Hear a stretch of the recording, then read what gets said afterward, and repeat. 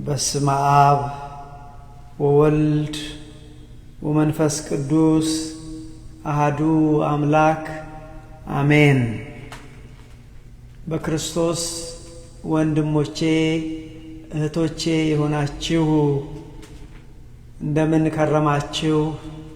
እንደምን ሰነበታችሁ?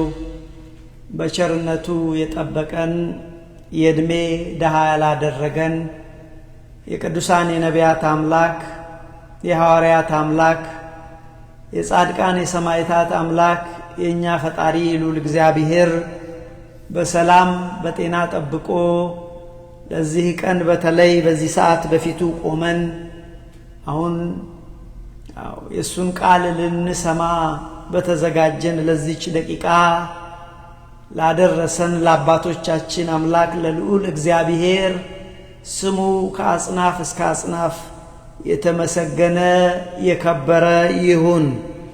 እንደምን ከረማችሁ? እንደምን ሰነበታችሁ?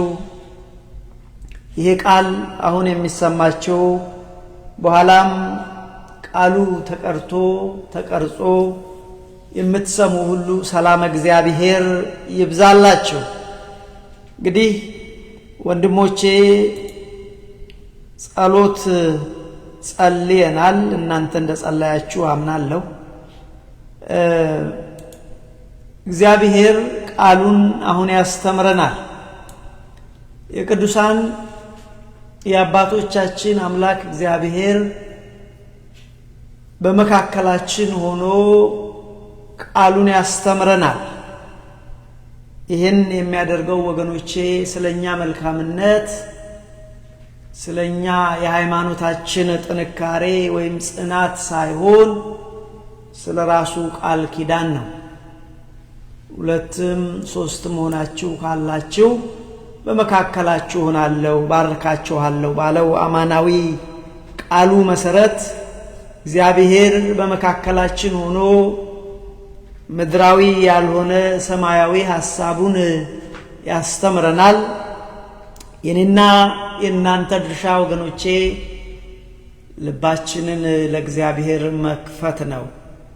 አባቶቻችን አምላክ እግዚአብሔር ከኛ ጋር ይሁን፣ አሜን። እንግዲህ እግዚአብሔር ቢረዳን ቅድም በዝማሬው እንዳየነው ዛሬ የምንማርበት የእግዚአብሔር ቃል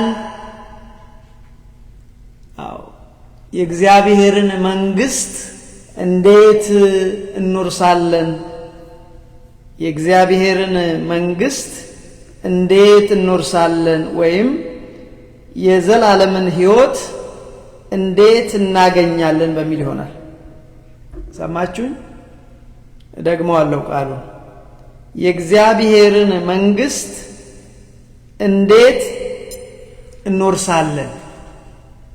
የእግዚአብሔርን መንግስት እንዴት እንወርሳለን? ወይም የዘላለምን ሕይወት እንዴት እናገኛለን በሚል ይሆናል። እግዚአብሔር አምላክ በመካከላችን ሆኖ ወገኖቼ ይህንን ጥልቅ የሆነ ምስጢር ይህንን ሰማያዊ ሐሳብ እንዲገልጥልን የሱ ቅዱስ ፈቃድ ይሁንልን። አዎ እግዚአብሔር ወገኖቼ መልካም ነው። ቅድም ስንዘምር እግዚአብሔር መልካም ነው፣ በመከራ ቀን መሸሸጊያ ነው። እግዚአብሔር መልካም ነው፣ በፈተና ቀን መሸሸጊያ ነው። ከገነት ሲሰደድ አዳም አባታችን ሞት ነክሶብን ሳለ በእኛ በሁላችን ቃል እንደገባለት ተወልዶ ሊያድነው በመከራ ጊዜ መሸሸጊያ ሆነው በፈተና ጊዜ መሸሸጊያ ሆነው ይቅርታ ብለን ዘመር። ይሄ ብቻ አይደለም።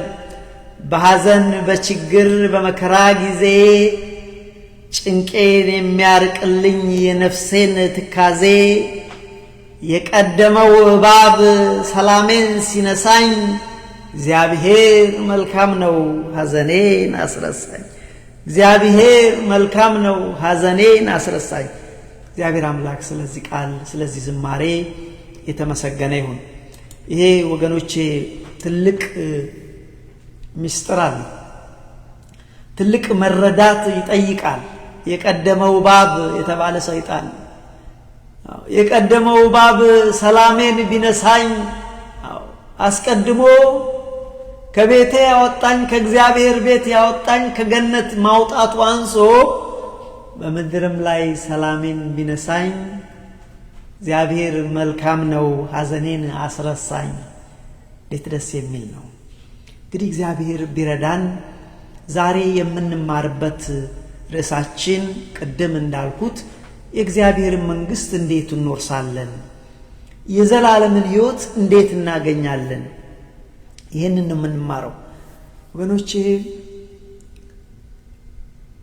ትልቅ ባይሆንም ባለኝ የአገልግሎት ዘመን እንደዚህ ምስጢር እጅግ የሚደንቀኝ፣ እንደዚህ ምስጢር ፋሲኔት የሚያደርገኝ፣ እንደዚህ ምስጢር ምጓጓው የለም። ሰዎችም ቢማሩት ሰዎችም ቢያውቁት ብዬ በጣም እንደው በጣም የምፈልገው ነገር ነው። እንደው ክርስቲያኖች ሁሉ ሊያውቁት የራሳቸው ሊያደርጉት ሊረዱት የሚፈልጉት አንድ ነገር ቢኖር ወገኖቼ፣ ለሰው ምን ትመክራለህ? ከእግዚአብሔር ቃል ውስጥ በተለይ እንደው አንድ ነገር ምከር። ሰዎች የግድ ማወቅ አለባቸው። ወይም በሌላ አነጋገር ሰዎች ይህንን ምድር ከመልቀቃቸው በፊት እርግጠኛ ማወቅ ያለባቸው መማር ያለባቸው አንድ ነገር ምንድነው? ወንድማችን እስጢፋኖስ ብሎ ሰው ቢጠይቀኝ ወገኖቼ ይሄ ዛሬው ትምህርት ነው። ይሄ ዛሬው ትምህርት ወገኖቼ ጥልቅ ትምህርት ነው።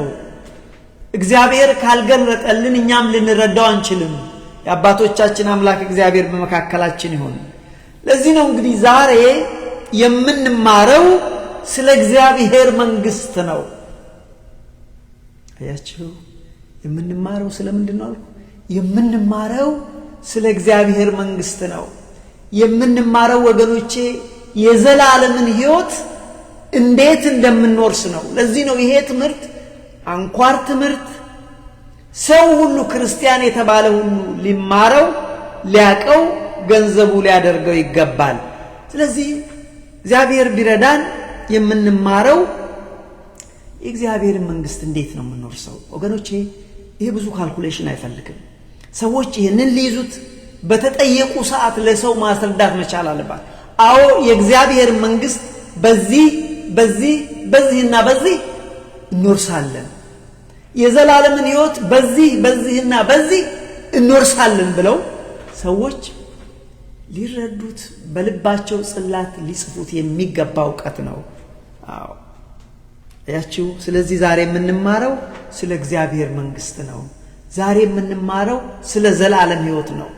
ዛሬ የምንማረው ወገኖቼ እግዚአብሔር ሲፈጥረን ሲያበጃጀን ለኛ ስላለው ሐሳብ፣ እግዚአብሔር ለኛ ስላለው ዓላማ፣ እግዚአብሔር ለኛ ስላለው እቅድ፣ ስለዚህ ነው የምንማረው ወገኖቼ። አስቡት፣ እግዚአብሔር ሰውን ሲሰራው እቅድ አለው። ሰውን ሲሰራው ዓላማ አለው። እግዚአብሔር ወገኖቼ ሰውን ሲሰራ በግብታዊነት አልሰራውም። ይልቅ ሲሰራው ሰውን እፈጥረዋለሁ ለዚህ ዓላማ አውለዋለሁ ብሎ ያንን ነው ዛሬ የምንማረው። የዚህ የትምህርት ዓላማ ወገኖቼ እግዚአብሔር ለኛ ስላለው ታላቅ ሐሳብ፣ እግዚአብሔር ለኛ ስላለው ታላቅ ዓላማ ማሳሰብ ነው። ይሄው ምንድነው? ሰዎች የእግዚአብሔር መንግስት እንዴት እንደሚወርሱ፣ ሰዎች የዘላለምን ሕይወት እንዴት እንደሚወርሱ ለማሳሰብ ነው። መጀመሪያ ሰማችሁ? የዚህ ትምህርት ዓላማ ትልቁን የእግዚአብሔር ሐሳብ፣ ያም ሰዎች የእግዚአብሔር መንግስት እንዴት ይወርሳሉ፣ ሰዎች የዘላለምን ሕይወት እንዴት ያገኛሉ የሚለውን ለማሳሰብ ነው። ሌላው ከዚሁ ጋር የአንድ ሳንቲም ሁለተኛው ገጽ የሆነው ትልቁን የእግዚአብሔርን ሐሳብ ለሰው ልጆች ማሳወቅ ነው። ይሄን ቃል ለሚሰሙት የእግዚአብሔርን ትልቁን ሐሳብ የእግዚአብሔርን ትልቁን ዓላማ ለሰው ልጆች ወገኖችን ማስገንዘብ ነው። ደግሜ የምለው በግሌ አንድ ነገር ለሰዎች አንዲት ነገር ለሰው የምትነግረው በጣም እጅግ ጠቃሚ ሰው ሁሉ ማወቅ ያለበት በተለይ ክርስቲያን ሆኖ ይሄን ምድር ከመልቀቁ በፊት እርግጠኛ ሊያውቀው የሚገባው አንድና አንድ ነገር ምንድነው ብላችሁ ብትሉኝ ወገኖቼ እግዚአብሔር ለኛ ያለውን ሐሳብ ማወቅ የዘላለም መንግስቱን እንዴት እንደምንወርስ መረዳት የእግዚአብሔርን መንግስት እንዴት እንደምናገኝ መረዳት ትልቁ ዕውቀት ነው። ይሄ የመጨረሻ ዕውቀት ነው። እዚህ ጋር አንድ ነገር ማንሳት ፈልጋለሁ። ስለ ሰዎች ስነ ፍጥረት ወገኖቼ እግዚአብሔር ሰውን ሲፈጥረው ለዘላለም ፈጠረው። በደንብ ስሙኝ ባካችሁ። እግዚአብሔር ሰውን ሲፈጥረው ለምንድን ነው የፈጠረው? ለዘላለምን ፈጠረው። ሰውን ብቻ አይደለም ወገነገራችን ላይ እግዚአብሔር መላእክትንም ሲፈጥራቸው ለዘላለም ነው። አስባችሁ ታውቃላችሁ? መላእክት እኮ አይሞቱም። እነ ቅዱስ ሚካኤል እኮ ከፍጥረት ጀምሮ እስከ ዛሬ አሉ። እነ ቅዱስ ገብርኤል እኮ ከፍጥረት ጀምሮ ወገኖቼ እስከ ዛሬ አሉ። እነ ቅዱስ ኡራኤል እኮ ከፍጥረት ጀምሮ እስከ ዛሬ አሉ። ምን ማለት ነው ነጥቤ? እግዚአብሔር ሰውን ሲፈጥረው ለዘላለም ፈጠረው። ሰውንና መላእክትን ሲፈጥራቸው ወገኖቼ ለዘላለም እንዲኖሩ ነው። ለዚህ ነው ሰው እንጂ አሁን የሚሞተው መላእክት እኮ አይሞቱ። ስለዚህ አንድ ነገር ሰዎች እዚህ ጋር እንዲረዱ የምፈልገው ሰው የተፈጠረው ለዘላለም ነው። ሰው ይሄን መቀየር አይችልም። ወገኖቼ ለዘላለም መኖር የተሰጠ ነው ከእግዚአብሔር። ሰዎች እኔ ለዘላለም መኖር አልፈልግም ማለት አይችሉም። ወንድሜ ተሼ ሰላም እግዚአብሔር ይብዛል። አያችሁ? ስለዚህ እግዚአብሔር ሰዎችን ሲፈጥር አንድ ጊዜ ለዘላለም ነው የተፈጠረው ሰው። ለዚህ ነው ሰውና መላእክት ወገኖቼ ለዘላለም እንዲኖሩ ተፈጠሩ። ለጊዜው ተፈጥሮ የሚሞቱ እንስሳት እጽዋት ናቸው። ለዚህ ነው ቅዱሳን መላእክት ቅዱስ ሚካኤልን ብናየው ቅዱስ ገብርኤልን ብንመለከት ቅዱስ ኡራኤልና ሌሎች መላእክት ሁሉ ብናያቸው ከፍጥረት ጀምሮ ለዘላለም አሉ። እስከ ዛሬ አሉ። ምንድነው ነጥቤ? እንግዲህ ያነሳንበት ርዕሳችን የእግዚአብሔርን መንግስት እንዴት እንወርሳለን? የእግዚአብሔርን መንግስት እንዴት እንወርሳለን? የዘላለም ሕይወትን እንዴት እናገኛለን ብለው ነው ርዕሳችን። መሰረታዊ ትምህርት ነው። ለዚህ ነው መታወቅ ያለበት ግን ሰዎች ማወቅ ያሉበት ከሱ በፊት ሰው ወገኖቼ ለዘላለም ተፈጠረ። ሰው ይሄን መቀየር አይችልም። ሰው ተነስቶ እኔ ዘላለምን አልፈልግም ማለት አይችልም። እኔ ዘላለምን አልፈልግም ማለት ሰው መላእክትም አይችሉም። ለዚህ ነው የተፈጠሩት። ግን ሰው የሚችለው አንድ ነገር አለ። ዘላለምን ከእግዚአብሔር ጋር ማሳለፍ ወይም በተቃራኒው ከዲያብሎስ ጋር ማሳለፍ። ይሄ ሰው ምርጫ ነው። ሰው እግዚአብሔር በዚህ ምድር ላይ ያስቀመጠው እንዲመርጥ ነው። ሰው ከእግዚአብሔር ጋር መኖር ወይም ደግሞ ከእግዚአብሔር በተቃራኒ መኖር የሰው ምርጫው ነው። ዘላለምን ግን አልፈልግም ማለት አይችልም። ልክ አሁን ሰው ወገኖቼ ሰው አልሞትም ማለት ይችላል። አልሞትም እኔ መሞት አልፈልግም አልሞትም አይችልም። ቅዱስ ጳውሎስ ኋላ መጣበታለሁ በሮሜ ምዕራፍ 9 ቁጥር 27 ላይ ለሰው ልጆች አንድ ጊዜ መሞትን ከዛ በኋላ ፍርድ አለ ይላል። ለሰው ጣው አንድ ጊዜ መሞት ከዛ በኋላ ግን ፍርድ ይጠብቀዋል ይላል። የምን ፍርድ? በዘላለም ሕይወት በዘላለም ከእግዚአብሔር ጋር መኖር ወይም አለመኖር። ስለዚህ መታወቅ ያለበት ሰው ለዘላለም ተፈጠረ። ስለዚህ ምንድነው የሚለው የዚህ ዕብራውያን ምዕራፍ 9:27 ላይ ለሰው አንዴ መሞት ከዚያ በኋላ ግን ፍርድ ይጠብቀዋል ይላል። የሚገርም ነገር ነው። አንዴ መሞት ለሰው ከዛ ፍርድ ይጠብቀዋል። ያቺው ስለዚህ በአጠቃላይ በዚህ ትምህርት ውስጥ ዛሬ ምንድነው የምንማረው ብለን ብንል መሰረታዊ ነገር የምንማረው ወገኖች ዛሬ እግዚአብሔር ለኛ ስላለው ዓላማ እግዚአብሔር ለኛ ስላለው እቅድ እግዚአብሔር ለኛ ስላለው ሐሳብ ቅድም ብያችኋለሁ። እግዚአብሔር ሰውን ከመፍጠሩ በፊት አስቦ ይሄንን ነገር ለዚህ ዓላማ ሰውን ፈጥራለሁ። ስለዚህ እግዚአብሔር ሲፈጥረን በዓላማ ፈጠረን አለው ዓላማ። ስለዚህ እግዚአብሔር ለኛ ስላለው ዓላማ ነው የምንማረው። ምንድነው ለመሆኑ እግዚአብሔር ለኛ ያለው ዓላማ ብለን ብንል ይሄ አንደኛ እግዚአብሔር የሱ ዓላማ ሲፈጥር ልጆቹ ሊያደርገን ነው ወገኖች። ክብር ለእግዚአብሔር ይሁን ወገኖቼ። እግዚአብሔር ሲፈጥረን ልጆቹ፣ ቤተሰቦቹ፣ ባለሟሎቹ፣ ወዳጆቹ ሊያደርገን ነው። አያችሁ እግዚአብሔር ሲፈጥረን ወገኖቼ ለሌላ አይደለም። እኛ ለቁፋሮ ለሥራ አልተፈለግንም። እኛ ለባርነት ለሌላ ነገር እግዚአብሔር አልፈለገንም። የፈለገን እግዚአብሔር ወገኖቼ ልጆቹ ሊያደርገን፣ ቤተሰቦቹ ሊያደርገን፣ ከእርሱ ጋር ለዘላለም ነግሰን እንድንኖር ነው። አያችሁ እግዚአብሔር ወገኖቼ ለኛ ያለው ዓላማ ለኛ ያለው ሐሳብ ፍቅር ነው ወገኖቼ። እንተረዱ እግዚአብሔር ለኛ ያለው ሐሳብ ይሄ ነው፣ ፍቅር ነው ወገኖቼ። እንደዚህ ይላል እኮ አሁን እሁድ የሚነበበው ወንጌል ላይ በኋላ መጣበታለሁ በዝርዝር በዚህ በኒቆዲሞስ እሁድ ላይ የሚነበበው ዮሐንስ ምዕራፍ 3 ቁጥር 16 ላይ ይሄንን ማነሳላችሁ። እግዚአብሔር ለኛ ያለው ሐሳብ ምንድነው ብያችኋለሁ? ፍቅር ነው።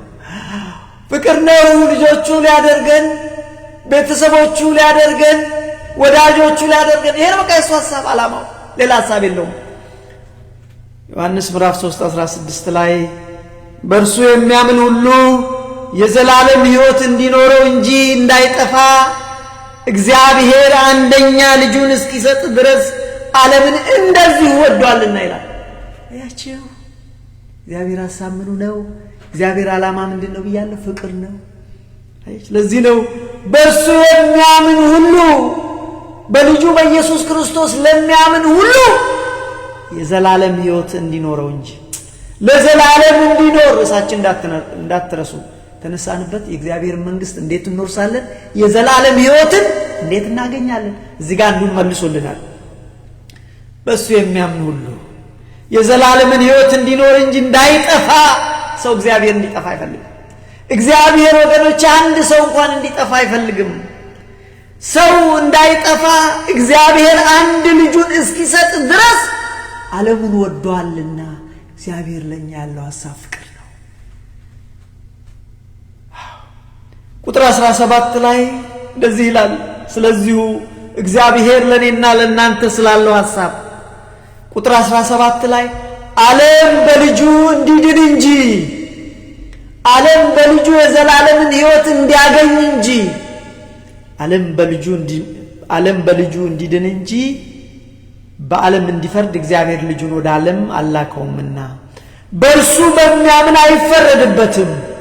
በሚያምን በኢየሱስ ክርስቶስ በሚያምን በእርሱ በሚያምን አይፈረድበትም። በማያምነው በአንዱ በእግዚአብሔር ልጅ ስም ስላላመነ አሁን ተፈርዶበታል። ዛሬ ተፈርዶበታል። አለቀ። በኋላ አይደለም ፍርድ የሚጠብቀው ወገኖቼ። በእግዚአብሔር ልጅ በማያምን ሰው ዛሬ ነው የተፈረደው። አልቋል። ፍርዱ እኮ አለቀ። ቅድም እኮ ለዚህ ነው ቅዱስ ጳውሎስ ለሰው አንድ ጊዜ መሞት ከዛ በኋላ ምን ይጠብቀዋል? ፍርድ ይጠብቀዋል። አንድ ጊዜ መሞት አለቀ ወገኖቼ። ስለዚህ እግዚአብሔር ለኛ ያለው ሐሳብ ምንድነው ብለን ብንል የሱ ሐሳብ ወገኖቼ ልጆቹ ሊያደርገን፣ የሱ ሐሳብ ወገኖቼ ቤተሰቦቹ ሊያደርገን፣ የሱ ሐሳብ ወገኖቼ ከእርሱ ጋር ነግሰን ለዘላለም እንድንኖር ነው፣ ለሌላ አይደለም። ስለዚህ እግዚአብሔር ለኛ ያለው ሐሳብ የዘላለም ሕይወት ነው። እግዚአብሔር ለኛ ያለው ሐሳብ ወገኖቼ ፍቅር ነው። እግዚአብሔር ለኛ ያለው ሐሳብ ሰው ሁሉ ይድን ዘንድ ነው። ወገኖቼ ሶማሌው ይድን ዘንድ ነው። ወገኖቼ ሳውዲ ሰዎች ይድኑ ዘንድ ነው። ወገኖቼ ፓኪስታን ይድን ዘንድ ነው። ቻይና ይድን ዘንድ ነው። ወገኖቼ ኢትዮጵያ ብቻ ይድን አይደለም። አንዳንድ ሰዎች ካለ መረዳት በቃ የሚያልቅ ይመስላቸዋል። እኛ ኢትዮጵያ ብቻ እንድንድን የሚያስቡ ሰዎች አሉ። ይሄ እንግዲህ እግዚአብሔርን ሐሳብ አለመረዳት። ወገኖቼ አባታችን ቤት በቂ ቤት አለ ለሁላችን። የኔ ጸሎት የዓለም ሕዝብ ጠቅላላ እንዲድን ነው። የኔ ፍላጎት እግዚአብሔርን ጸልየው ሁሉ ሰው እንዲድን ነው። ምክንያቱም የእሱ ሐሳብ ነው። ምን አለ የእሱ ሐሳብ? ቅድም እንኳን ባነበብነው ላይ ዓለም በልጁ እንዲድን እንጂ በዓለም እንዲፈርድ እግዚአብሔር ልጁን ወደ ዓለም አላከውምና በእርሱ በማያምን አይፈረድበትም። በማያምን ግን በአንዱ በእግዚአብሔር ልጅ ስላላመነ አሁን ተፈርዶበታል። ያቺው በእርሱ የሚያምን ሁሉ የዘላለም ሕይወት እንዲኖረው እንጂ እንዳይጠፋ፣ ማንም ሰው እንዳይጠፋ እግዚአብሔር ሐሳብ ነው። ስለዚህ እግዚአብሔር ወገኖቼ ለኛ ያለው ዓላማ ሰው ሁሉ ይድን ዘንድ ነው። ማንም እንዲፈረድበት እግዚአብሔር የሱ ዓላማ አይደለም። ማንም ሰው እንዲጠፋ አይፈልግም እግዚአብሔር። ያቺው ስለዚህ እግዚአብሔር ለኛ ያለው ዓላማ አብረነው በመንግስቱ እንኖር ዘንድ ነው። ይሄ ትልቁ የእግዚአብሔር ሐሳቡ ነው። ይሄ ትልቁን የእግዚአብሔር ሐሳብ ወይም ትልቁን የእግዚአብሔር ዓላማ ይሄ ነው። ግን ዘርዘር በማድረግ እዚህ ጋር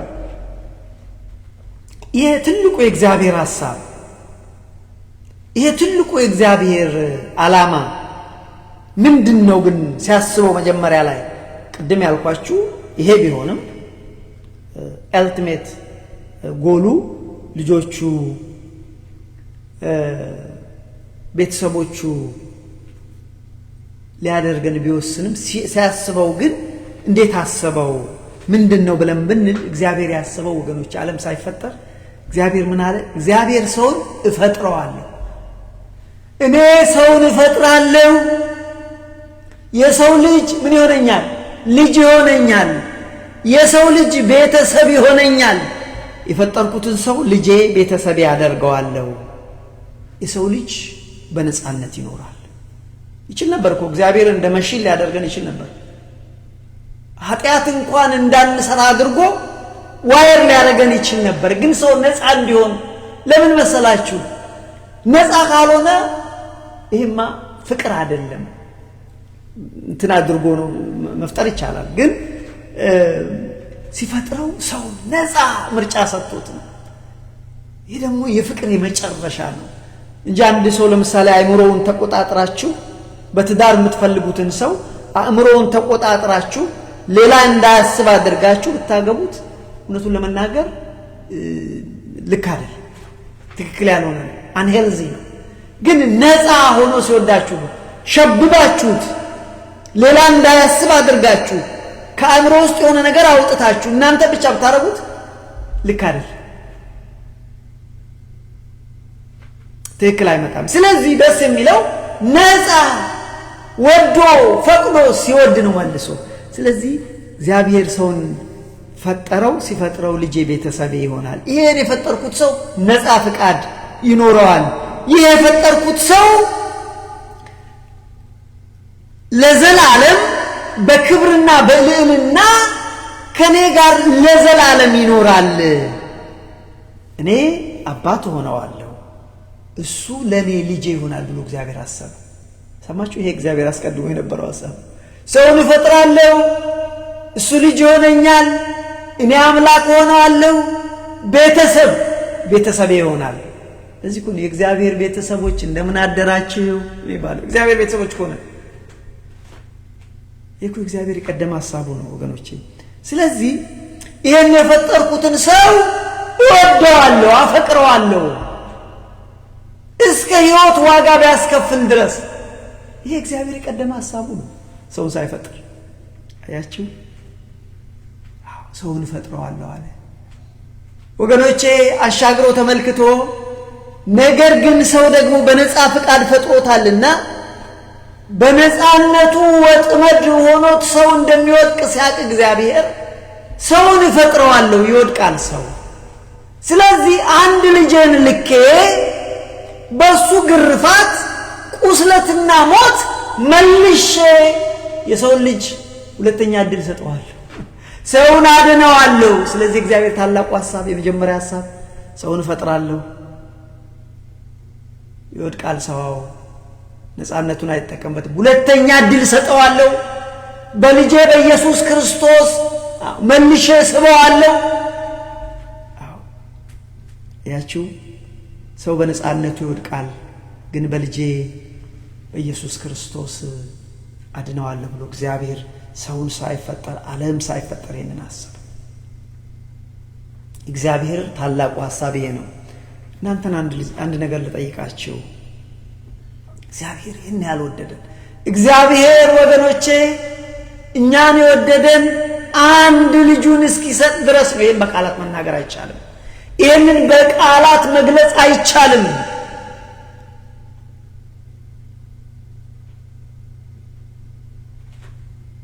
አያችሁ፣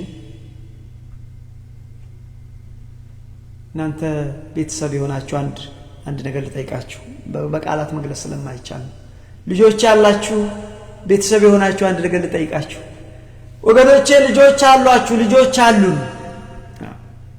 አንድ የሚወድ አባት፣ አንድ የምትወድ እናት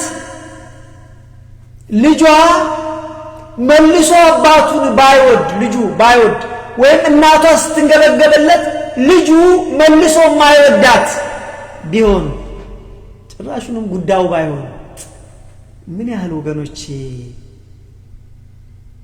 ወላጅ ልቡ ይሰበር ይሆን? ልጆቻችን እኛ ስንንገበገብላቸው፣ እኛ ስንሰፈሰፍላቸው ወገኖቼ ልብ ይሰብራል። እግዚአብሔር በማናችን ላይ እናያድርስ። በጣም ስንወዳቸው ልጆቻችን ስንንገበገብላቸው፣ በተቃራኒው ልጆች ግን ለኛ ጉዳይ ባይሰጣቸው ባይወዱን ባያፈቅሩን ልባችን ይሰበራል። ወደውናል አይተውንም፣ ወደውናል አንተዋቸውም፣ ወደናቸዋል አንተዋቸውም፣ ወደናቸዋል ወልደናቸዋል አንተዋቸውም እኛ። አያችሁ፣ ስለዚህ ግን ልብ ይሰብራል። ይሄ ለልጆች ነው። በትዳርም ቢሆን እንደዚህ ነው። አንድ ሰው አንድ አፍቃሪ አንድ ተፈቃሪ ፍቅሩን ባይረዳ ወይም በፍቅሩ ላይ ውሃ ቢቸልስበት ወገኖቼ ልብ ይሰብራል። ይሄ ለሰው ነው። እግዚአብሔር አንድ ልጁን እስኪሰጠን አስቀድሞ አስቦ ፈጥሮን በኋላም በልጁ ግርፋትና ቁስለት አድኖን ይህን ያህል ወዶን፣ እኛ ግን ለሱ ኬርለስ ብንሆን እንዴት ልቡ አይሰበር እግዚአብሔር? ወገኖቼ እንዴት እግዚአብሔር ልቡ ይሰበር? እንዴት እግዚአብሔር ያዘን? ይሄ እኮ በራስ ማየት ነው። ከባድ እኮ ነገር አይደለም። አያችሁ፣ እኛም እኮ ለእግዚአብሔር ልጆቹ ነን። ለምን ታዲያ ልጆቻችን እንቃየማቸዋለን? ልጆቻችን እኛ እየወደድናቸው መልሰው ባይወዱን፣ እኛ እየተንገበገብንላቸው እነሱ ግዴለሽ ቢሆኑ ልባችን ይሰበራል። ታዲያ ለምን ልጆቻችን እንፈርዳለን? እኛ እኮ የእግዚአብሔር ልጆች ነን። እግዚአብሔር ሲወደን አንድ ልጁን his only one son። እግዚአብሔር እንደኔ 4 ልጅ የለውም ወገኖች፣ አንድ ልጅ ነው። እሱን የሰጠን ከፍቅሩ ብዛት። ይሄንን ያህል የወደደን እግዚአብሔርን እኛ ፍቅራችን ቀዝቃዛ ቢሆን ወገኖቼ፣ እኛ ቸልተኞች ብንሆን እግዚአብሔር በእኛ ምን ያህል ልቡ ይሰበር? በደንብ ተረዱ ወገኖቼ። አለበለዚያ በልጆቻችን ለምን እንፈርዳለን ታዲያ? ምን ነው ባልተወለድክ ለምን እንላቸዋለን? ምን ነው ልጄ ባልሆንክ? እውነቱን ለመናገር እኛ የእግዚአብሔር ልጆች ነን። ስለዚህ በጣም ጥንቃቄ ይጠይቃል። በአጠቃላይ እግዚአብሔር ለኛ ያለው ታላቁ ሐሳብ ምንድነው ብለን ብንል ልጆቹ እንሆን ዘንድ፣ ቤተሰቦቹ እንሆን ዘንድ፣ ከእርሱ ጋር ለዘላለም እንኖር ዘንድ ነው። እንግዲህ ይህንን ማን አስተዋለ ወገኖች? ማናችን አስተውለን ይሆን? ይህንን እናስተውላለን ወገኖች። ለዚህ እኮ ነው ግራ ቢገባው አባታችን ታላቁ ነብይ ኢሳይያስ ከትውልዱ ማን አስተዋላለ ስለ ኢየሱስ ክርስቶስ ለኛ ብሎ ከሰማይ ስለመውረዱ ለኛ ብሎ ወገኖቼ ስለመሰቃየቱ እሱ ለኛ ተሰቃየ እሱ መከራን ተቀበለ እግዚአብሔር የሁላችንን ኃጢአት በሱ ላይ አደረገ እናደረገ የሁላችንን ኃጢአት አንድ ወቅት ላይ አንድ ጋዜጣ ማስታወቂያ ነበር ይሄ ኢስተርን ሲመጣ የቴሌቪዥን ማስታወቂያ ነው በነገራችን ላይ በጣም ይደንቀኛል አረሳውም የቴሌቪዥን ማስታወቂያ ነው እንደዚህ ኢስተርን በሚመጣበት ጊዜ somewhere in the midwest በቀልም ያለ ጭው ያለ በረሃ ውስጥ በጣም ትልቅ መስቀል በጣም ትልቅ ወደ ሰማይ በጣም ትልቅ የሆነም መስቀል አቁመዋል በጣም ይደነቀኝ የሚገርመኝ ነው እስከዛሬ መስቀሉ በጣም ትልቅ ነው ሃይዌይ አለ በዛው ኩል ነው ሁሉ በዛው ኩል ይላል ማለት ሰው ይሄዳል በእግሩ ይሄዳል ከጎኑ መንገድ አለ በማስታወቂያ አሰራራቸው በጣም ስላደነኩት ነው ከዛ ምንድነው የተደረገው እንደ መወጣጫ ነገር ተደረገለትና እዛ መስቀሉ ላይ ሰው ሁሉ ያመጣና ቅራቅም ሆኖ ላው ላይ ይወረውራል ጨርቅ ያለው አምጥቶ ይወረውራል አንዳንዱ የሆነ ፌስታል ነገር አምጥቶ ላው ላይ ይወረውራል መስቀሉ ላይ አንዳንዱ ጫማውን ክሩን ያስና ጫማውን እዛ ላይ ይወረውራል በዛ ጋር ያልፍ ሰው አንዳንዱ ሳይክል ነበረው ሳይክሉን እዛ ላይ ወጣና ይጭናል ይቆያዩትን ነው ነገራችሁ በጣም እስከዛሬ ድረስ ይደንቀኛል እንዴት እንዳሰቡት በዛ የሚያልፍ ሰው ቅራቅምቦ ሸቀጡን እዛ መስቀል ላይ ወረወረ ማለት ነው እንደተረዳውት እንግዲህ ማስታወቂያ እንደተረዳውት ታውቃለች እግዚአብሔር የሁላችንን ኃጢአት በሱ ላይ አኖረ የኔን ኃጢአት በሱ ላይ አኖረ የወንድሜ ተሸናጢያ የሌሎቻችን የሁላችሁ ይሄን ቃል የምትሰሙ የሁላችንን ኃጢአት ክርስቶስ መስቀል ላይ ተሸከመ ይሄንን ያህል ወደደን እግዚአብሔር ለኛ ያለው ሐሳብ ፍቅር ነው ያለው ይሄንን ነው ወገኖች አንድም ሰው እንዳይጠፋ እግዚአብሔር ሐሳቡ ነው ያቺው ለሞኑ ይሄንን ከትውልዱ ማን አስተዋለ ለሞኑ እግዚአብሔር ይሄንን ለኛ ያለውን ሐሳብ መቼ ያሰበው ብለን ብንል መቼ ነው ያሰበው ቅድም እንግዲህ ገልጸናል የሱን ሐሳቡ ለኛ ያለውን ዓላማ መቼ ነው ያሰበው ብለን ብንል ወገኖቼ እግዚአብሔር ለኛ ያለውን ሐሳብ ይሄን ምድር ሳይፈጥር ፀሐይ ሳትፈጠር ጨረቃም ሳትኖር ሐመልማላት ሳይበቅሉ ዓለም ሳይፈጠር ነው ኤፌሶን ምዕራፍ 1 ሂዱና አንብቡ ዓለም ሳይፈጠር እግዚአብሔር አሰበ ለዚህ ነው ምን ብሎ አሰበ ሰውን ፈጥረዋለሁ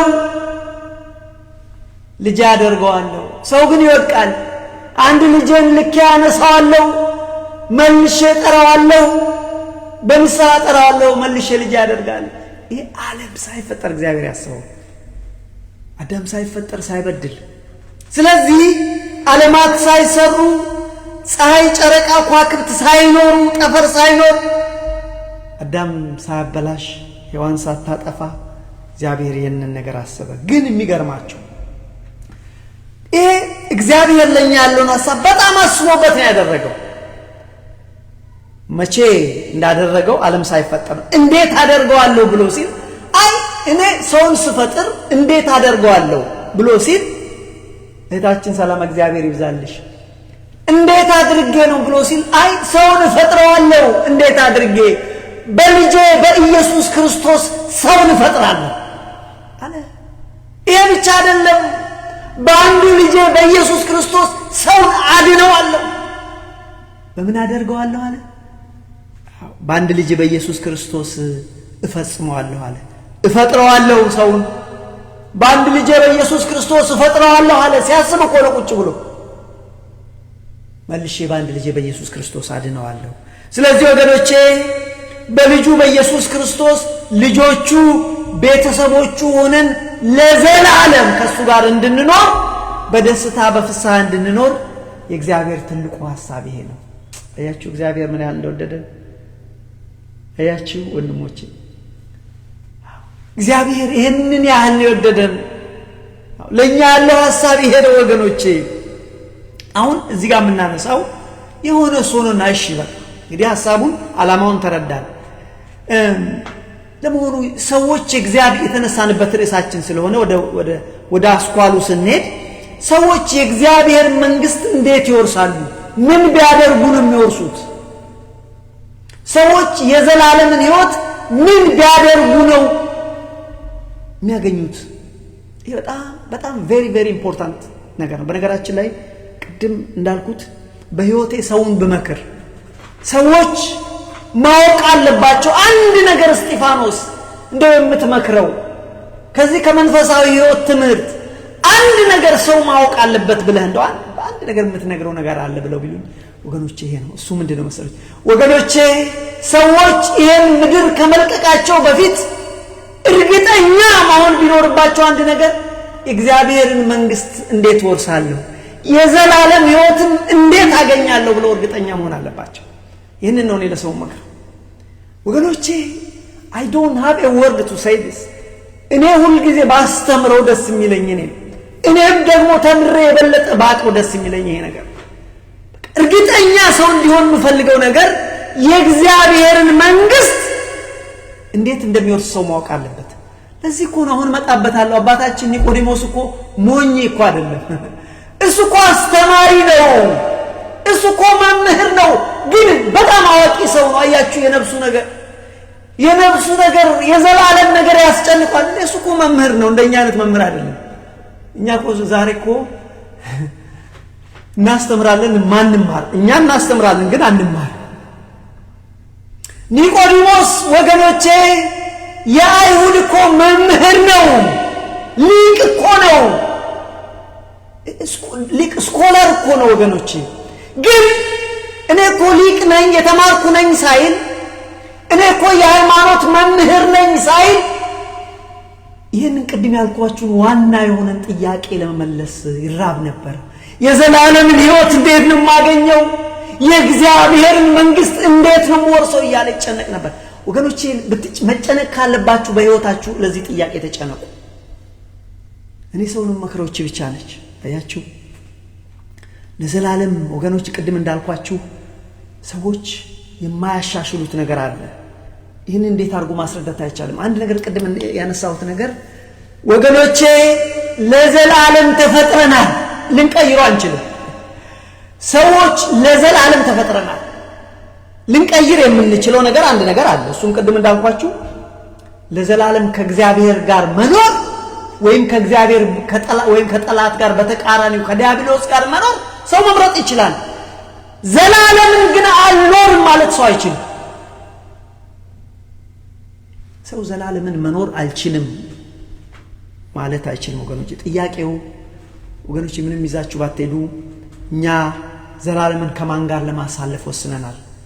አምናለሁ እናንተና እኔ እግዚአብሔርን ለዚህ ነው እግዚአብሔርን ለማግኘት እንደ ኒቆዲሞስ በጨለማ አያችሁ በጨለማ አሁን እኮ 10:11 ነው አይደለም 10 o'clock ምን እግዚአብሔርን ፍለጋ ነው። አዎ እግዚአብሔርን ፍለጋ መጣን እኛም እግዚአብሔር ይመስገን ይሄን ያደለን። ብዙዎች ዛሬ ሌላም ፍለጋ አርብ ማታ ያሉበትን እናንተ ታውቃላችሁ፣ እኔም አውቃለሁ። አያችሁ እኛ ግን የቅዱሱ የኒቆዲሞስ መንፈስ ረዳን እኛን።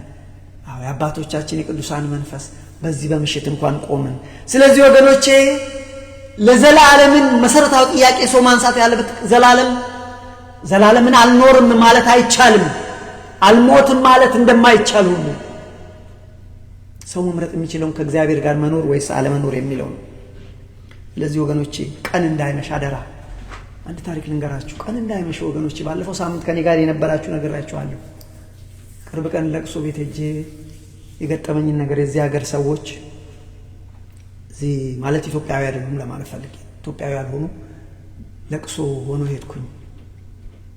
አንዲት እናት ልጇ ሞቶባት ሄድኩኝ። ይሄን የምነግራችሁ የሰው ታሪክ አስፈልጎ አይደለም፣ ትማሩበት እንደው እኔን አስተምሮኛል።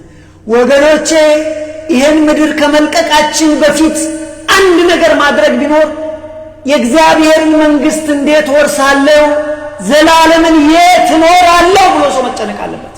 ኒቆዲሞስ ይሄንን የተጨነቀው ታዲያ ይቅርታ ለቅሶ ላይ ሄድኩና እቺን ሴት በሚችለው ማጽናናት ጀመርኩ። እህቴ ወይ አይዞሽ እንግዲህ ይሄ ልጅሽ አርፏል ብዬ ማጽናናት ጀመርኩ። ኢዮብን ታስታውሻለሽ? አንቺ አንድ ልጅሽን አጣሽ፣ ኢዮብ ግን 10 ልጆቹን አጣ እያልኩ ጀመርኩላችሁ። እስካሁን ድንጋጤው አለቀቀኝ። ይህንን የምነግራችሁ እንዳልኳችሁ ወገኖቼ እንዳይመሽ ሳይመሽ እርግጠኛ እንሆን። እንዴት እርግጠኛ እንሆናለን? መጣበታለሁ። ሳይመሽ ወገኖቼ እርግጠኛ እንሆን። ወገኖቼ ሌላ ሰው እንዲያስብላችሁ አትፈልጉ። የዘላለምን ሕይወት ሌላ አስተማሪ ወይም ካህኑ ወይም ዲያቆኑ ወይም ሰባኪ ወንጌሉ እሱ እንዲያስብላችሁ ከፈለጋችሁ በራሳችሁ ነው የወሰናችሁት። እኔ እናንተም ቦንሱን አላረግም። ከካህኑ ሰማለው፣ ከሰባኪ ወንጌሉ ሰማለው፣ ከዲያቆኑም ሰማለው፣ ከእግዚአብሔር ቃል ከሚያስተምሩ ሰማለው። እኔ ግን አረጋግጣለሁ። አንዴ የዘላለም ሕይወት እኮ ነው እንደም የዘላለም ሕይወት እኮ ነው። ነገሬ እኮ መምህር እስጢፋኖስ እንደዚህ ያለኝ፣ ዲያቆን እስጢፋኖስ ማንትስ ብትልን ያላዋጣም የዋሃቱን ቅዱስ ጳውሎስ ስለዚህ ነው የዋሃቱን። ስለዚህ እዚህ ለቅሶ ቤት ሄድኩና አደራ እንዳይመሽ ስል ነው የምነግራችሁ። ይሄን ሴትዮዋን እያጽናናኋት አንድ ጥያቄ ጠየቅኳት። እህቴ ሆይ የሆነ ሶነና አልኩ። እንግዲህ እንዳልኳችሁ ኢትዮጵያዊ አይደሉም እነዚህ ሰዎች። ይሄ ልጅሽ ተጠምቋል አልኳቸው። ስላጊዜ አይ አልተጠመቀም አለች። ወገቤ ነው የተበጠሰው። እውነቱን ለመናገር ደነገጥኩ። አስቤውም አላውቅም። ያልተጠመቀ ሰው ለማጽናናት እኔም በህይወቴ ሄጄ አላውቅም። ስለዚህ ደነገጥኩ። do you understand what it meant? ቅድም እንዳልኳችሁ የእግዚአብሔር ቃል ምንድነው የሚለው? ለሰው ልጅ አንድ ጊዜ መሞት ከዛ በኋላ ፍርድ ይጠብቀዋል። ዕብራውያን ምዕራፍ 9 ቁጥር 27 ለሰው ልጆች አንድ ጊዜ መሞት ከዛ በኋላ ፍርድ ይጠብቀዋል። አዝናለሁ። ይሄ ልጅ እኔ ጸልይለታለሁ። እግዚአብሔር አምላክ ነፍሱን እንዲምረው ጸልያለሁ። መማር አለማማር የባለቤቱ ነው። ልቤ ግን ተሰብሯል ሳይጠመቅ። ምክንያቱም የዘላለምን ሕይወት እንዴት እናገኛለን? እንደ መጽሐፍ ቅዱስ አካሄድ እንደ መጽሐፍ ቅዱስ ከሆነ ይሄ ልጅ ቀልጧል። እግዚአብሔር እንግዲህ እሱ ነው የሚያውቀው። እንደ መጽሐፍ ቅዱስ ግን ያመነ የተጠመቀ ይድናል ነው የሚለው። አሁን በኋላ እንመጣለን ኒቆዲሞስን። እውነት እውነት እልሃለሁ የእግዚአብሔር ዳግም ካልተወለድክ የእግዚአብሔርን መንግስት አትወርስም አለው። ይሄ ልጅ ዳግም አልተወለደም። ለሴትዮዋ ምን ብዬ ነው ነገራት? ስቱሌት ወንድሞቼ፣ ስለነሱ ታሪክ ላወራላችሁ አይደለም። እኛም ሌት ኢት ናት ቱ ቢ ቱ ሌት እንዳይሆንብን በህይወታችን። አያችሁ፣ በህይወታችን ቱ ሌት እንዳይሆንብን እዚህ ጋር ጠቅለል ላድርግና አስረዋለሁ። ይህን ትምህርት ሰሞኑንም ዛሬ ነገ ተነገ ወዲያ ይሄንን ነው የምንማረው። ስለዚህ ወገኖቼ የማይከብደውን አናክብድ። አያችሁ፣ እግዚአብሔርን መከተል፣ እግዚአብሔርን ማምለክ፣ የእግዚአብሔር ልጅ መሆን ምንም ሸክም የለውም። ምንም ሸክም የለውም። አታክብዱት። ልጅ ማሳደግ አይከለክል፣ ትምህርት ቤት መሄድ አይከለክል፣ አገር መርዳት አይከለክል፣ ወገን መርዳት አይከለክል። ዶንት ኮምፕሊኬት። ሳይመሽ ወንድሞች፣ እግዚአብሔርን ማምለክ የሚከለክለው አንድ ነገር ብቻ ነው፣ እሱም ኃጢአትን። ስለዚህ ወገኖቼ እግዚአብሔር እኛን ምንድነው ለኛ እኮ ለኛ ያለው ሐሳብ ቤተሰቦቹ ልጆቹ ሊያደርገን። ለናንተ ያለኝ ሐሳብ ይላል እግዚአብሔር፣ ለናንተ ያለኝ ሐሳብ መልካም ነው። ለናንተ ያለኝ ሐሳብ ሕይወት ነው። ለናንተ ያለኝ ሐሳብ ሰላም ነው። ልጆቼ ወደኔ ኑ እኔ ነፍሳችሁን አሳርፋለሁ እኮ ነው የሚለው እግዚአብሔር። አሳርፋችኋለሁ።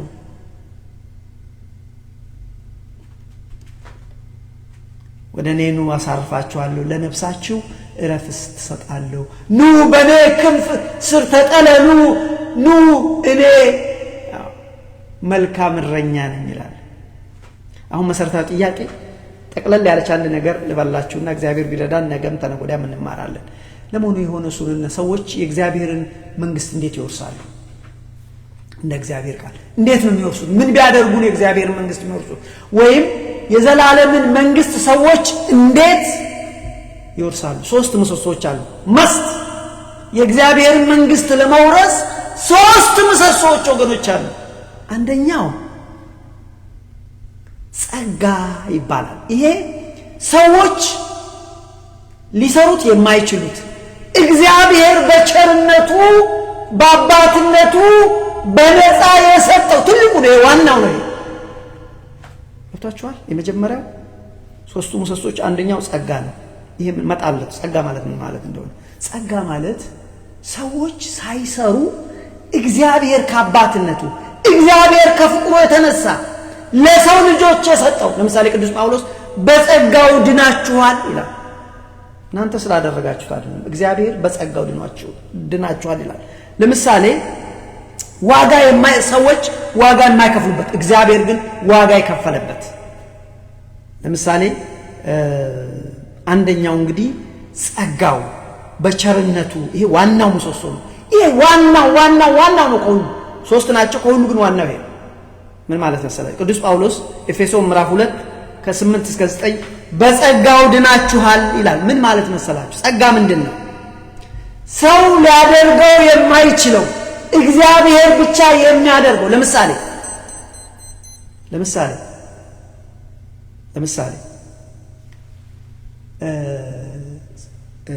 ጸጋ ማለት እግዚአብሔር ለሰዎች እንዲድኑ የሰጠው። ጥምቀት፣ ዳግም መወለድ የምትገዛው ነገር አይደል፣ እግዚአብሔር በነፃ ሰጠው። ዳግም ተወለድ፣ የእግዚአብሔር መንግስት ትወርሳለህ። እውነት እልሃለሁ ዳግም ካልተወለድክ የእግዚአብሔርን መንግስት አትወርስም። ምንም የምትከፍልበት ነገር የለም። አየው፣ ጸጋ ነፃ። የመጀመሪያው ጸጋ ነው፣ ዋናው ምሰሶ። ለምሳሌ ሌላ ጨምርላችሁ። ጸጋ ብዙ ነው። ጸጋ ማአት ነው። ይሄ በእግዚአብሔር በነፃ የተሰጠ ነው። በቃ ሰዎች ምንም የማያወጡበት ወይም ሰዎች ምንም የማያደርጉት መቀበል ብቻ መውሰድ ብቻ ነው ይሄን ያለባቸው። ለምሳሌ ሌላው ስጋዬን የበላ ደሜን የጠጣ የዘላለም ሕይወት አለ። እግዚአብሔር ዋጋ ከፈለበት፣ እኛ ግን ምንም አናወጣ፣ ነፃ ነው። ይገባሃል? ጸጋ ማለት ጥምቀት ጸጋ ነው፣ ስጋው ደግሞ ጸጋ ነው፣ ንስሐ ጸጋ ነው፣ እምነት በተሰቀለው በክርስቶስ ብቻ አምኖ መዳን ጸጋ ነው። ያንተ የምትሰራው ነገር ገዝተው የምትሰራው ደክመህ የምታመጣው ነገር አይደለም። ሙሴ እባብን እንደሰቀለ የሰው ልጅ ሊሰቀል ይገባዋል። ያን የተሰቀለውን በሱ ያመነ የዘላለም ሕይወት አለው። ይሄ ጸጋ ይባላል። ቁጥር አንድ ይሄ ነው። ስለዚህ ጸጋ በነፃ ከእግዚአብሔር ለሰዎች የሚሰጥ ሰዎች ምንም ላይ እዚህ ውስጥ ኮንትሪቢዩሽን የላቸው የሰዎች ግን ይቅርታ ግን ይሄ ዋናው ነው። ከሶስቱ በጣም ዋና ነው። ለምሳሌ ፋይታዊ ዜማን ስትመለከቱ እኮ በጸጋው ገባ፣ መጨረሻው ሰዓት አለቀ። በሱ ስራ አይደለም፣ በሱ ጾም፣ በሱ ጸሎት፣ እነዚህ የሚያስፈልጉበት በኋላ መጣበታል። ግን አይታችሁ ከሆነ ጸጋው ብቻውን መቆም ይችላል። ሌላው ግን ብቻውን መቆም አይችልም። ጸጋው ለዚህ ነው ሰው ለሰው ያልተቻለውን እግዚአብሔር አንድ ልጁን ልኮ አደረገ ይላል። ለሰው እኮ መዳን አይቻልም ነበር። ለዚህ እኮ ነው ቅዱሳን በብሉይ ኪዳን የነበሩ ቅዱሳን በጣም ያለቀሱት። እግዚአብሔር ሆይ ተስፋችን ምንድነው? ጽድቃችን እንደ መርገም ሆነ። ምን ጽድቅ ብንሰራ፣ ምን ብንጾም፣ ብንጸልይ ዋጋ አጣ። ለምን? የእግዚአብሔር ጸጋ ያስፈልግ ነበር። ስለዚህ ዳግም ከእግዚአብሔር መወለድ ወይም ጥምቀት ጸጋ ነው። በተሰቀለው በክርስቶስ ማመን ጸጋ ነው። የተሰቀለውን ክርስቶስን ስጋውን መብላት ደሙን መጠጣት ሌላው ጸጋ ነው። ኃጢአት ስንሰራ እግዚአብሔር ሆይ ይቅር ብለን ስንናዘር ይሄ ጸጋ ነው። የምትከፍለው ነገር እኮ የለውም። ስለዚህ ይሄ ሁሉ ጸጋ ነው። አቷቸዋል። እግዚአብሔር በነፃ የሰጠው ጸጋ በእንግሊዝኛው ይሄ ግሬስ የምንለው። ሁለተኛው ለመዳን እንግዲህ አንደኛ ጸጋ ያስፈልጋል። ይሄ ዋናው ነው ብያቸዋለሁ። ሁለተኛው ለመዳን የሚያስፈልግ ሌላ ነገር አለ። ሰዎች የእግዚአብሔርን መንግስት ስለሆኑ ስለዚህ አንደኛው ጸጋ ነው። ይሄም መጠመቅ፣ ማመን፣ ስጋው ደግሞ መቀበል ወዘተረፈ ሌሎችም በማዕት ነው። ሁለተኛው የእግዚአብሔርን ሕግና ትእዛዝ መጠበቅ፣ አድርጉ ያለውን ማድረግ፣ አታድርጉ ያለውን አለማድረግ። ይህ ሁለተኛው ምሰሶ ነው። ለምሳሌ አንድ ጎበዝ መጣና ጌታ ሆይ አለ አንድ ፈሪሳዊ መጣና፣ ለምሳሌ ይሄ ሰው ይህንን ቃል እኔ ያላነበውም ጊዜ ስለሌለኝ በማርቆስ ምዕራፍ 10 ቁጥር 17፣ በማቴዎስ ምዕራፍ 19 ቁጥር 16፣ በሉቃስ ምዕራፍ 18 ቁጥር 18 አካባቢ ሄዳችሁ ብታነቡ አንድ ፈሪሳዊ መጥቶ ጌታ ሆይ የዘላለምን ሕይወት እንዳገኝ ምን ላድርግ፣ የእግዚአብሔርን መንግሥት እንድወርስ ምን ላድርግ ብሎ ጠየቀው። አሁን ይህንን ነገራችሁ የእግዚአብሔርን መንግሥት ለመውረስ የእግዚአብሔርን ትእዛዝ የእግዚአብሔርን ሕግ መጠበቅ ግዴታ ነው። አንዳንድ ሰዎች ደብሉት አይደለም፣ ግዴታ ነው። ምንድን ነው ያለው ክርስቶስ? አይ እግዚአብሔርን ትእዛዝ አትጠብቁ ምን ችግር የለም አለው አላለው። ያለው ምንድን ነው መሰላል? ምንድን ነው ያለው? ትእዛዛትን ጠብቅ፣ ሕግን ጠብቅ። ሰውዬው በጣም ጎበዝ። የትኛውን ሕግ ጌታ ሆይ? እግዚአብሔር አምላክን በፍጹም ልብ በፍጹም ኃይል ውደድ፣ ወንድምህን እንደ ራስህ ውደድ የሚለውን ሕግ ጠብቅ። 10ሩን ትእዛዛት ሰጠው። ሰማችሁ? ስለዚህ ምንድነው ሁለተኛው ምሰሶ ምንድነው? የእግዚአብሔርን መንግሥት ለመውረስ የእግዚአብሔርን ሕግ የእግዚአብሔርን ሥርዓት የእግዚአብሔርን ሕግ መጠበቅ። ኦኬ። ሁለተኛው ለመዳን አልኳቸው የእግዚአብሔርን መንግሥት ለመውረስ 3 ምሰሶዎች አሉ። እኔ ዋናውን ነው ያቀረብኩላችሁ። መጀመሪያ ምንድነው ብያችኋለሁ? ጸጋው። ጸጋ የሚባለው ብዙ ነገር ነው ብያችኋለሁ። መቀደስ ማስቀደስ ጸጋ ነው። ጥምቀት ጸጋ ነው። ሚስጥረ ሜሮን ጸጋ ነው። ምክንያቱም እኛ የምንከፍልበት የለም፣ ከእግዚአብሔር በነፃ የተሰጠ ነው። ማነው ከፍሎ የሚያውቅ? ስትጠመቅ ከፍላል። ሥጋው ደግሞ ስንቀበል ከፍለናል። ይሄ ሁሉ ጸጋ ነው። ይሄ ዋናው ነው። ቁጥር 1 ምሰሶ። ከሱ ቀጥሎ ደግሞ የእግዚአብሔርን ሕግ መጠበቅ ያስፈልጋል። ወንድሞች አላ ክርስቶስ እኮ ሰውየው መጥቶ ጠየቀው እኮ። ካላመናችሁ ማርቆስ 10ን፣ ማቴዎስ 19ን፣ ሉቃስ 18 ይልና ምን ላድርግ? ደግሞ ስፔሲፊክ ነው ጥያቄው ሰውየው። የእግዚአብሔርን መንግሥት ለመውረስ የዘላለምን ሕይወት ባክህ ለመውረስ ምን ላድርግ ሲለው ትእዛዛትን ጠብቅ። የትኞቹ? እግዚአብሔር አምላክን በፍጹም ልብ በፍጹም ኃይል በፍጹም መንፈስ ውደደው፣ ወንድምህን እንደ ራስህ ውደድ። ሕግጋትን ጠብቅ። 10ሩን ትእዛዛት 6ቱን ቃላተ ወንጌል ጠብቅ። ሶስተኛው ምሰሶ ሌላው የሚያስፈልገን የእግዚአብሔርን መንግሥት ለመውረስ መልካምና በጎ ስራን መስራት። ይሄ የእምነት ፍሬ ካመን በኋላ መልካምና በጎን መስራት ይግድ። አንዳንድ ሰዎች አያስፈልግም ይላሉ። ኖ በጣም ያስፈልጋል። ይህን በምሳሌ ላስረዳችሁ። ለምሳሌ መድኃኒታችን ኢየሱስ ክርስቶስ ስመጣ አለና እመጣለሁ፣ ዳግም እመጣለሁ። ባለፈው የተማርነው ይሄን አይደል? በደብረ ዘይት ተመልሼ እመጣለሁ። ስመጣ በጎቹን ከእረኛ እለያለሁ፣ ለፍርድ እመጣለሁ፣ ልወስዳችሁ እመጣለሁ ባለ ሰዓት ምንድን መጥቶ የምጠይቀው ምንድነው? እጠይቃለሁ ያለ ስለ መልካምና በጎ ስለ መስራት ምንድን ያለው? ስራብ አብልታችሁኛል ወይ? ስጠማ አጠጥታችኋለሁ? ስታረዝ አልብሳችሁኛል ወይ እላችኋለሁ። በዛን ጊዜ ጻድቃን ጌታ ሆይ የት አግኝተን አይደለም ስራብ አልብሳችሁኛል፣ ማነው ስራብ አብልታችሁኛል፣ ስጠማ አጠጥታችሁኛል፣ ስታረዝ አልብሳችሁኛል፣ ለነዚህ ትንንሾቹ ያደረጋችሁት ለኔ እንዳደረጋችሁ። ስለዚህ ወደ አባታችሁ መንግሥት ሂዱ ግቡ። ወደ ኃጢያን ይዞር ደግሞ እናንተ ስራብ አላበላችሁኝ፣ ታስሬ አልጠየቃችሁኝ፣ ታምሜ ብዬ እላችኋለሁ። ስለዚህ ወገኖቼ ሶስተኛው የሚያስፈልገው የእግዚአብሔር መንግሥት ለመውረስ መልካምና በጎ ስራን መስራት። ይሄ እምነት ፍሬ ሰማችሁ። ስለዚህ በአጠቃላይ ትምህርቴን ጨርሻለሁ። ዛሬ ምን ተማርን ብንል እግዚአብሔር ቢረዳን እሑድም ጠዋት 11:30 እና 1 ሰዓት ላይ እንደዚሁ እንማራለን። ትልቁ ነገር ዛሬ የተማርነው ምንድነው ብለን ብንል የእግዚአብሔርን መንግሥት እንዴት እንወርሳለን፣ የዘላለም ሕይወትን እንዴት እናገኛለን ብለን አነሳን። በተለይ ደግሞ እግዚአብሔር ለኛ ያለውን ትልቁን ዓላማ አነሳን። ይሄ እግዚአብሔር ለኛ ያለው ትልቁ ዓላማ እኛን ልጆቹን ሊያደርገን ነው፣ ቤተሰቦቹ ሊያደርገን ነው፣ ከሱ ጋር ለዘላለም እንድንኖር ነው። በቃ የሱ ሐሳብ ይሄ ነው ብለን ተማር። አያችሁና ሌላ ያነሳ ነው በዚህ ምድር ላይ ወገኖቼ ሰው ለዘላለም ተፈጠረ። ዘላለምን አልፈልግም ማለት አይቻልም። አሁን ሰው ተነስቶ መሞት አልፈልግም ቢል ይችላል እንዴ? አይችልም። ዘላለምን አልፈልግም ማለት ሰው አይችልም። ሰው የሚችለው ዘላለምን ከእግዚአብሔር ጋር መኖር ወይ አለመኖር ሰው መምረጥ መብቱ ነው። እሱ መብቱ ነው። ይሄንን አነሳን።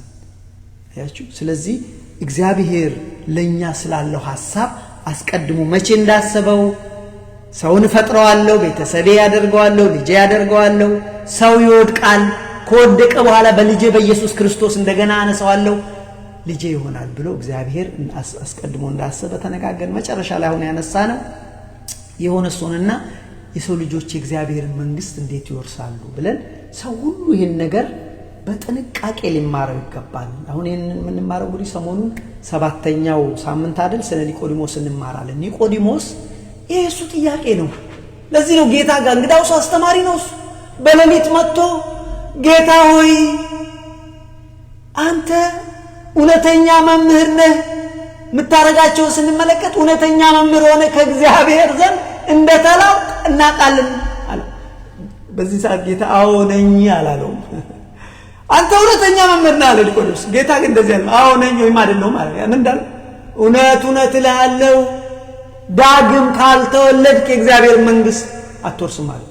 ምን ይገናኛል አሁን ጥያቄ? ይሄ አንተ መምህር ነህ ሲለው እውነት እውነት እልሃለሁ እግዚአብሔር መንግስት ዳግም ካልተወለድክ። ለምን የሰው ክርስቶስ የሰው ልብ ሁሉ ያውቃል። የዚህ ሰውዬ ይሄ የአይሁድ መምህር የሆነ ጨለማን ለብሶ ማታ መጥቶ የሚማር የነበረው ጭንቀት ነበረው። አስተማሪ ነው ግን አልገባው። ስለዚህ የእግዚአብሔርን መንግስት እንዴት ወርሳለሁ ብሎ ይጨነቅ ነበር። ይሄ ትክክለኛ ጭንቀት ነው ወገኖቼ። እኔና እናንተም እቺን ምድር ከመልቀቃችን በፊት ወገኖቼ እርግጠኛ መሆን ቢኖርብን ይሄንን ነገር ነው። ምክንያቱም እግዚአብሔርን መንግስት እንዴት ነው የምወርሰው? የዘላለምን ህይወት እንዴት መቅለጥ አለ? እመነኝ ወንድሜ ብዙዎች ቀልጠዋል። መቅለጥ አለ። ስለዚህ መያዝ ያስፈልጋል። ዛሬ ግን የተማርነው ቢያንስ በእርግጠኛነት ዛሬ የወሰንነው 3 ነገሮች 3 ምሰሶዎች የእግዚአብሔርን መንግስት ለመውረስ አንደኛው በእግዚአብሔር ቸርነት ወይም በጸጋው የተሰጡን በእግዚአብሔር ጸጋ የተሰጡን አሉ። ለምሳሌ ዳግም መወለድ ዋጋ አውጥተንበታል። እግዚአብሔር ዋጋ አውጣ፣ እኛ ግን አላወጣንም። ስጋውን መብላት ደሙን መጠጣት ክርስቶስ ዋጋ ከፍሎበታል፣ እኛ ግን አይደለም። ጥምቀት፣ ንስሐ፣ ምስጢር አሁን የምስጢር ቤተክርስቲያን ጠቅላላ ብትመለከቱ ይሁ ጸጋ ይባል። ይሄ ዋናው ምሰሶ ቁጥራል። ሁለተኛው የእግዚአብሔርን ህግ የእግዚአብሔርን ትእዛዝ መጠበቅ አለ። የእግዚአብሔር መንግስት ለመውረስ ምን ላድርግ ሲል ትእዛዛትን ጠብቅ ነው ያለው። ሶስተኛ ያነሳ ነው መልካምና በጎ ስራ መስራት። ለምን ስመጣም ጠይቃችሁ ተርቤ አብልታችሁኛል፣ ተጠምቼ አጠጥታችሁኛል፣ ያላበሉትን ያላጠጡትን ሰዎች እናንተ ርጉማን ብሎ ስለዚህ ምግባር ማድረግ ግዴታ ነው። የተሰማስት የተማርነው ይሄንን ነው። ያስተማረን የመከረን የአባቶቻችን የነቢያት አምላክ የሐዋርያት የጻድቃን የሰማዕታት አምላክ የኛ ፈጣሪ ሉል እግዚአብሔር ስሙ ከአጽናፍ እስከ አጽናፍ የከበረ የተመሰገነ ይሁን። ሰላም እግዚአብሔር ይብዛላችሁ። ደህና ደሩ። እሁድ ዕለትም 11:30 የሚመቻችሁ ጠዋት ላይ 11:30 AM እንደገና ደግሞ እንደዚሁ 1 PM ላይ አለን። ሰላም ሁኑ። ሰላም እግዚአብሔር ይብዛላችሁ። ደህና ሁኑ። ደህና ደሩ።